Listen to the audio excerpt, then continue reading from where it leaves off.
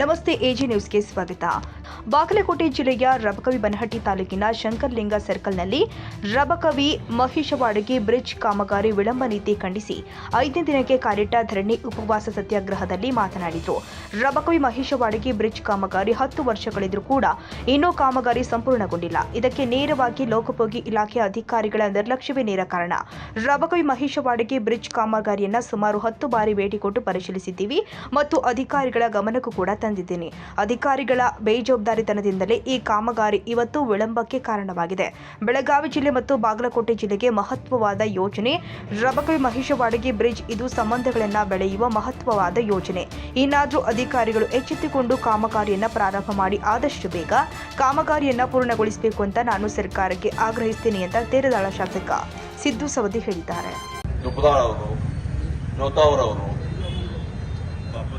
ಬಾಪೂರಿ ಅವರು ಹಾಗೂ ಸಂಜು ಅಮ್ಮಣಿಗೆ ಅವರು, ಬಾಣ್ಕಾರ ಅವರು ಹಾಗೂ ಒಟ್ಟಾರೆಯಾಗಿ ಪ್ರಭು ಪೂಜಾರಿ, ಸಂಜು ಜಗ್ಗಿ ಒಟ್ಟಾರೆಯಾಗಿ ವೇದಿಕೆ ಮೇಲೆ ಆಸೀನರಾಗಿರ್ತಕ್ಕಂಥ ಪಕ್ಷಾತೀತ ಹೋರಾಟ ಬಹಳ ಒಳ್ಳೆಯ ನಿರ್ಧಾರ ತಗೊಂಡು ಕೂತಿದ್ದಾರೆ. ಮತ್ತು ಕಾಯುವುದು ಅಂದ್ರೆ ಒಂದು ಮಿತಿ ಇರ್ತದೆ. ಯಾವಾಗೋ ಮುಗಿಬೇಕಾಗಿದ್ದ ಬ್ರಿಡ್ಜ್ ಇನ್ನೂವರೆಗೆ ಅಧಿಕಾರಿಗಳ ನಿರ್ಲಕ್ಷ್ಯದಿಂದ ಉಳಿದದ. ಮಾಡೋ ಪ್ರಯತ್ನ ಸಾಕಷ್ಟು ಮಾಡಿದ್ದಾರೆ ಹೋರಾಟಗಾರರು. ಮಂತ್ರಿಗಳನ್ನು 2-3 ಸಲ ಕರ್ಕೊಂಡ್ ಬಂದಾರು. ನಾವು ಸಹಿತ 3-4 ಸಲ ಅಲ್ಲಿ ಹೋಗಿದ್ದೀವಿ.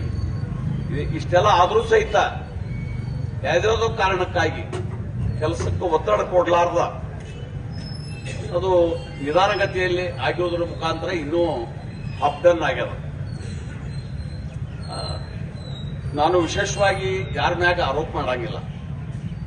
ನಮ್ಮ ಮೇಲೆ ಅವ್ರು ಮಾಡೋದು, ಅವ್ರ ಮ್ಯಾಗ ನಾವು ಮಾಡೋದು. ಮೊದಲ ಅವ್ರು ಬರ್ದಾರ್ತಾರ ಪದ ಅಸಂವಿಧಾನಿಕ ಪದ ಬಳಸಬೇಡಿ, ವೈಯಕ್ತಿಕ ನಿಂದನೆ ಚಾರಿತ್ರವೇದೆ ಮಾಡಬೇಡ ಅಂತ ಬರ್ದಾರ. ಅದಕ್ಕ ಯಾರು ಬೆಲೆ ಕೊಡ್ಲಿಕ್ಕೆ ಬಿಡೋಲ್ಲ, ನಾವರೇ ಬೆಲೆ ಕೊಡ್ಬೇಕಲ್ಲ. ಅದರಿಂದ ವಿಶೇಷವಾಗಿ ನಾ ಯಾರ ಮ್ಯಾಗ ಆರೋಪ ಮಾಡ್ಲಾಕ್ ಹೋಗುದಿಲ್ಲ. ನಾವು 17ರೊಳಗ ಮಂಜೂರಿ ಆದಾಗ ತಕ್ಷಣ ಚುನಾವಣೆ ಬಂದಾಗ ಆ ಕೆಲಸಕ್ಕೆ ಚಾಲನೆ ಕೊಟ್ಟಿದ್ದಿಲ್ಲ.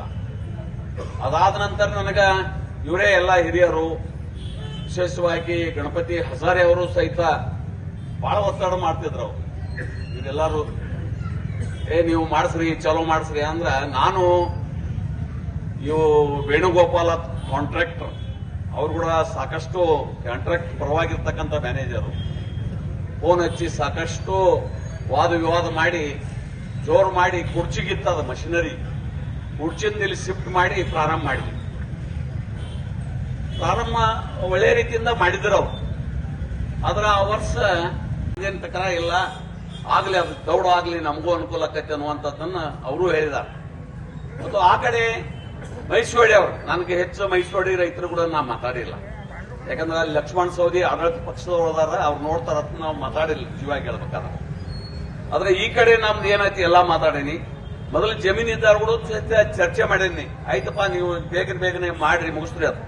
ಆ ಜಮೀನನ್ನು ಈಗ ಮೊದಲ ಬಟ್ಟೆ ಅವರ ಖರೀದಿ ಮಾಡಿದ್ದಕ್ಕಾಗಿ ಅವರು ಸಹಿತ ಗೌಡ್ರು ಇಲ್ಲೇ ಅದಾರ. ಅವ್ರನ್ನ ಕರ್ಕೊಂಡು ಹೋಗಿದ್ನಿ ಆಫೀಸ್ 2-3 ಸಲ.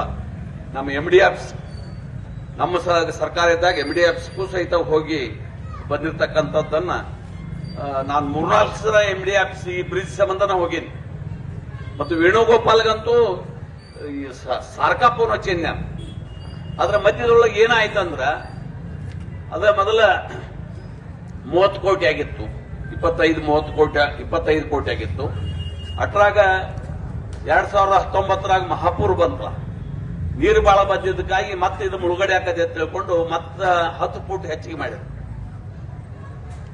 10 ಫೂಟ್ ಹೆಚ್ಚಿಗೆ ಮಾಡಿ 40-45 ಕೋಟಿಗೇನೋ ಆಗ್ಯದ. ಅದಕ್ಕೆ ಇನ್ನೂ ಅಪ್ರೂವಲ್ ಸಿಕ್ಕಿಲ್ಲ.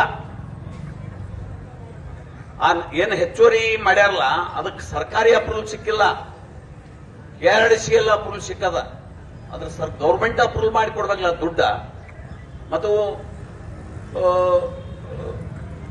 ನಮ್ಮ PWD ಮಂತ್ರಿಗಳು ನಿನ್ನೆ ಹೇಳ್ಯಾರಂದ್ರ, ನಿನ್ನೆ ಏನ್ ನನ್ ಮುಂದೆ ಮಾತಾಡ್ರಂದ್ರ, ಆ ನಿಗಮದಾಗ ಸಾಕಷ್ಟು ದುಡ್ಡು ಅದರಿ, ದುಡ್ಡು ಇದ್ದವ್ರು ಕೆಲಸ ಮಾಡಂಗಿಲ್ಲ, ದುಡ್ಡು ಇಲ್ದವ್ರು ಕೆಲಸ ಮಾಡಂಗಿಲ್ಲ, ಅವರ ಬ್ಯಾಸರ ಪಡಿಸ್ಕೊಂಡ್ರು ಜಾರಕಿಹೊಳಿ ಅವರು. ಯಾಕಂದ್ರೆ ಮಾಡಬೇಕನ್ನುವಂತ ಅಪೇಕ್ಷೆ ಅವ್ರಿಗೆ ಐತಿ ಮತ್ತು ಯಾರನ್ನೂ ಮಾಡಂಗಿಲ್ಲ. ಹಿಂಗಾಗಿ ಇನ್ನು 2 ಪಿಲ್ಲರ್ಗಳು ಪಾಯ ಮಟ್ಟಕ್ಕೆ ಉಳ್ದಾವ. ಆ ಕಡೆ ಅತನಿ ಸೈಡ್ ಉಳ್ದಾವ, ನಮ್ಮ ಸೈಡ್ ಎಲ್ಲ ಮುಖ್ಯಾರ. ಮತ್ತು ಇನ್ನೊಂದು ಹೇಳ್ತೇನೆ ನಿಮಗೆ, ಈ ಸರ್ಕಾರದ ಕೆಲಸಗಳು, ಈ ಸರ್ಕಾರ ಬದಲಾವಣೆ ಆದ ನಂತರ ಸ್ವಲ್ಪ ವ್ಯತ್ಯಾಸಗಳಾಗಿರ್ತಾವ. ಬರೀ ಏನಾರೇ ಒಂದು ಕೆಲವು ಮಂದಿ ಸಂಬಂಧ ಇಲ್ಲವರು ಸಹಿತ ನಾ ಮಾಡಿಸ್ತೀನಿ ಅನ್ನುವಂಥವ್ರು ಇಲ್ಲಿ ತನಕ ಯಾಕೆ ಕೂತ್ರೋ ಗೊತ್ತಿಲ್ಲ ನಮಗೆ. ಅವ್ರ್ಯಾರು ಮಾಡಿಸ್ಲಿ ಅಂತ ನಾವು ಸಹಿತ ಸ್ವಲ್ಪ ನಾವೇನ ಬಿಟ್ಟಿಲ್ಲ. ನಮಗೂ ರೊಕ್ಕವಿ ಜನರಿಗೆ ಎಷ್ಟು ಕಳಕಳಿ ಅದ, ನನಗೂ ಅಟ್ಟ ಕಳಕಳಿ ಅದ. ಯಾಕಂದ್ರೆ ನನ್ನ ಕ್ಷೇತ್ರದ ಜನರಿಗೆ ಅತನಿ ಸಂಪರ್ಕ, ಸಾಂಗ್ಲಿ ಸಂಪರ್ಕ, ಆ ಕಡೆ ಪಂಡ್ರಪುರ ಎಲ್ಲ ಕಡೆ ಹೋಗ್ಲಿಕ್ಕೂ ಸಹಿತ ಅನುಕೂಲತೆಗಳು ಆಗ್ತಾವ. ನಮ್ಗೆ ಆಗ್ತದ. ನಾವು ಹಿಂಗ್ ಸುತ್ತರಿಗೆ ಹೋಗ್ಬೇಕು, ಇಲ್ಲಿಗೆ ಈ ಕಡೆ ಹೋಗ್ಬೇಕು. ಹಿಂಗ್ ಹೋಗಿ ಅತನಿ ಮೇಲೆ ಅದು ಹಿಂಗ್ ಹೋಗ್ತೀವಿ. ಇದು ನಮಗೆ ಅರ್ಥ ಆಗ್ತದ. ಅದರಿಂದ ಒಟ್ಟಾರೆಯಾಗಿ ರೊಕ್ಕವಿ ಅಭಿವೃದ್ಧಿ ದೃಷ್ಟಿಯಿಂದ 100% ಈ ಸೇತುವೆ ಬೇಗನೆ ಆಗುವುದು ಬಹಳ ಅವಶ್ಯಕತೆ ಅದ. ಮತ್ತ ಮೊನ್ನೆ ಇದೆಲ್ಲ ಚರ್ಚೆ ನಡೆದೋದ್ನ್ಯಾಗ ಹೌಸ್ನ್ಯಾಗೂ ಸಹಿತ ನಾನು MD ಅವ್ರು ಬಂದ್ರು. ನಾನು MD ಅವ್ರಿಗೂ 2-3 ಸಲ ಮಾತಾಡಿದ್ದೆ. ನೀವು ಎಲ್ಲಿ ಹೋಗಬೇಡ್ರಿ, ನೇರವಾಗಿ ಹೋರಾಟದ ವೇದಿಕೆಗೆ ಹೋಗ್ರಿ. ಅವ್ರು ಕರ್ಕೊಂಡು ಸ್ಪಾಟ್ ವಿಸಿಟ್ ಮಾಡಿ ಏನೇನ ಕೆಲಸ ಕಾರ್ಯಗಳ ವಿಳಂಬ ಆಗ್ಯಾವ ಅದ್ರ ಬಗ್ಗೆ ಸವಿಸ್ತಾರವಾಗಿ ಮನವರಿಕೆ ಮಾಡಿಕೊಟ್ಟು ಬರ್ರಿ ಅಂತ ನಾನು ಮಾತಾಡಿನಿ ಅವ್ರಿಗೆ. ಯಾಕಂದ್ರೆ ನನಗೆ ಬರೋದು ಆಗ್ಲಿಲ್ಲ, ಅಲ್ಲಿ ಬಿಲ್ಗಳಿಗೆ ಅದು ಇದ್ದು ಬಹಳಷ್ಟು ಹೋಗಬೇಡ ಅಂದ್ರು. ಹೀಗಾಗಿ ನಾನು ದರ್ಯಾಪ ಅವ್ರಿಗೆ ಫೋನ್ ಮಾಡಿದ್ರು, ಅವ್ರಿಗೆ ಹೇಳಿದ್ದೀನಿ. ನಾನು ಶುಕ್ರವಾರ ಸಾಯಂಕಾಲ ಬರ್ತೀನಂತ ಹೇಳಿದ್ದೀನಿ ನಾನು ನಿಜವಾಗಿ. ಮತ್ತು ಅಲ್ಲಿ ನಿನ್ನೆ ನಾನು ನಮ್ಮ PWD ಮಂತ್ರಿಗಳಾಗಿರ್ತಕ್ಕಂಥ ಜಾರಕಿಹೊಳಿ ಅವ್ರನ್ನ ಭೇಟಿ ಆದಾಗ ಅವರು ಹೇಳಿದರು, ಇಲ್ಲ MD ಅವ್ರನ್ನ ಕಳ್ಸೇನಿ ನಾನ ಹೇಳಿ, ಮತ್ತ ನೀವು ಬರ್ರಿ MD ಅವ್ರ ಅಧಿಕಾರಿಗಳಾಗ್ತಾವ, ಹೆಂಗಿದ್ರು ಒಟ್ಟಾರೆ ನಿರ್ಣಯ ತಗೊಳಕ್ ಆಗುದಿಲ್ಲ. ಒಂದು ಡಿಸಿಷನ್ ತಗೋಬೇಕಾದ್ರೆ ನೀವು ಮಂತ್ರಿಗಳಾಗಿದ್ರೆ ಚಲೋ ಆಕತಿ, ನೀವು ಬರ್ರಿ ಅಂತ ನಾನು ವಿನಂತಿ ಮಾಡ್ಕೊಂಡಿದ್ದೆ. ಅವರು ಸಹಿತ ಸ್ಪಂದನೆ ಮಾಡಿದ್ರು. ಇಲ್ಲ ಶನಿವಾರ ದಿನ ಹೋಗೋಣ ಅಂತ ಹೇಳಿದ್ರು. ಆಯ್ತಾ, ಯಾವ ಟೈಮ್ ಅಂತ ನಾ ಆಗ ಕೇಳಿದ್ದೀನಿ. ಟೈಮ್ ನಾಳೆ ಇವತ್ತು ಕೊಡ್ತೀನಿ ಅಂತ ಹೇಳಿದ್ರು. ಅದ್ರ ಅಕಸ್ಮಾತ್ ಮತ್ತೆ ಭೇಟಿ ಆದ್ನಿ ಇವತ್ತ. ಅವ್ರೇನ್ ಹೇಳಿದ್ರು, ಇಲ್ಲ ನನ್ನ ಕ್ಷೇತ್ರಕ್ಕೆ ಮುಖ್ಯಮಂತ್ರಿ ಬರಾವರ್ದಾರ ಕಾರ್ಯಕ್ರಮ ಐತಿ, ಅನಿವಾರ್ಯವಾಗಿ ನಂದು ಕ್ಯಾನ್ಸಲ್ ಆಗ್ಯದ. ನಾನು ಬದ್ಲಿ ನಾ ತಿಮ್ಮಾಪುರ ಅವ್ರಿಗೆ ಮಾತಾಡೀನಿ, ನೀವು ಹೋಗಿ ಮಾತು ಕೊಟ್ಟು ಬರ್ರಿ, ನಾನೆಲ್ಲ ಈಡೇರಿಸ್ತೀನಿ ಅಂತ ಹೇಳಿದ್ದೀನಿ. ಬರಾಕ್ ಫೋನ್ ಹಚ್ಚಿ ತಿಮ್ಮಾಪುರ ಅವ್ರಿಗೂ ಮಾತಾಡಿದ್ನಿ. ಅವ್ರೇನ್ ಹೇಳಿದ್ರು, ನಾಳೆ ಎಲ್ಲೋ ಟೈಮ್ ಕೊಟ್ಟ, ನಾನು ನಾಳೆ ಆಗೋದಿಲ್ಲ, ನಾಡ್ದು ಬರ್ತೀನಂತ ಅವ್ರು ಹೇಳಿ. ಇಷ್ಟೆಲ್ಲ ಮಾತುಕತೆ ನಾವು ನಿರಂತರವಾಗಿ ಎಲ್ಲೆಲ್ಲಿ ಮಾತನಾಡಬೇಕಾದ್ರೆ ಚರ್ಚೆ ಒಳಗನ ನಾನು ಸಹಿತ ಅದೀನಿ. ಅದನ್ನ ಕೆಲವೊಂದು ಹಿಂಗ ಅವ್ರ ಕೆಲವೊಂದು ಎಲ್ಲರಿಗೇನಾಗೈತಿ, ಪಕ್ಷ ಪಂಗಡ ನಾವು ಹಿಂದಿರ್ತೀವಿ, ನಾಳೆ ಇರಂಗಿಲ್ಲ. ಮಾತಾಡಿದವ್ರು ಇರ್ತಾರ, ನಾಳೆ ಇರಂಗಿಲ್ಲ. ಅದರ ಬ್ರಿಡ್ಜ್ ಆಗೋದು ನಗರದ ಅಭಿವೃದ್ಧಿ ದೃಷ್ಟಿಯಿಂದ ಅತ್ಯವಶ್ಯದ. ನಾವೇನಾರೇ ಮಾತಾಡಿ ಬ್ರಿಡ್ಜಿಗೆ ತೊಂದರೆ ಆಗಬಾರ್ದು. ನಮ್ಮ ರಾಜಕಾರಣ ಸ್ವಾರ್ಥಕ್ಕ ಬ್ರಿಡ್ಜಿಗೆ ಎಡವಟ್ಟಾಗಬಾರ್ದು. ಆ ಕಾರಣಕ್ಕಾಗಿ ನಾವು ಯಾವುದೇ ನಾವೇನು ಸಣ್ಣವರು, ನಮ್ಗೆ ಸ್ಟೇಟಸ್ ಏನಿಲ್ಲ, ಎಲ್ಲಿ ಮಾತಾಡಲಿ ಹೋಗ್ಲಾಗ್ತಾ ಇರಲಿಲ್ಲ. ಯಾಕಂದ್ರ ಈ ಸರ್ಕಾರ ಅವ್ರಲ್ಲಿದ್ದ ಕಾರಣಕ್ಕಾಗಿ ನಾವೇನಾರೇ ಅವ್ರ ಮುಂದೆ ಹೋಗಿ ನಿಂದಿರ್ಬೇಕಲ್ಲ, ನಾವೇನು ಡಿಸಿಷನ್ ತಗೊಳಕ್ ಆಗೋದಿಲ್ಲ. ಆದ್ರೂ ಅವ್ರು ರಿಕ್ವೆಸ್ಟ್ ಮಾಡ್ಕೊಂಡಿದ್ರ ಬದಲೇ ನಾವು ವಿನಂತಿ ಮಾಡ್ಕೊಂಡನಿ.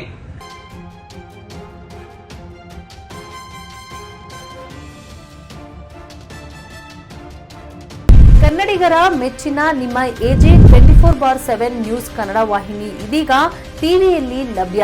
ಒಂದು ವೇಳೆ ನೋಟಿಸ್ ಕೊಟ್ಟಿದ್ರೆ ವಾಪಸ್ ತಗೋತೀವಿ. ಇವತ್ತು ವಕ್ಫ್ ಪ್ರಾಪರ್ಟಿ ಅಂತೇಳಿ ಬರ್ತದೆ ಅಂತ ಹೇಳಿದ್ರೆ ರೈತರು ಬೀದಿಗೆ ಬದಲು ಏನ್ ಮಾಡ್ಬೇಕಾಗತ್ತೆ? ಯಾರು ವೋಟ್ ಹಾಕಿಲ್ಲ ಅಂದ್ರೆ ಗ್ಯಾರಂಟಿನೆಲ್ಲ ಸ್ಟಾಪ್ ಮಾಡ್ಬಿಡ್ತೀವಿ.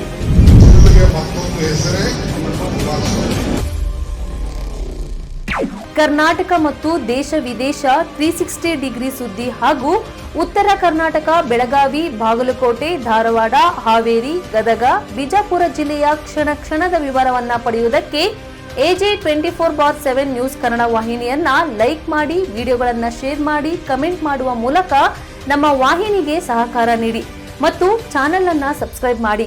ಧನ್ಯವಾದಗಳು.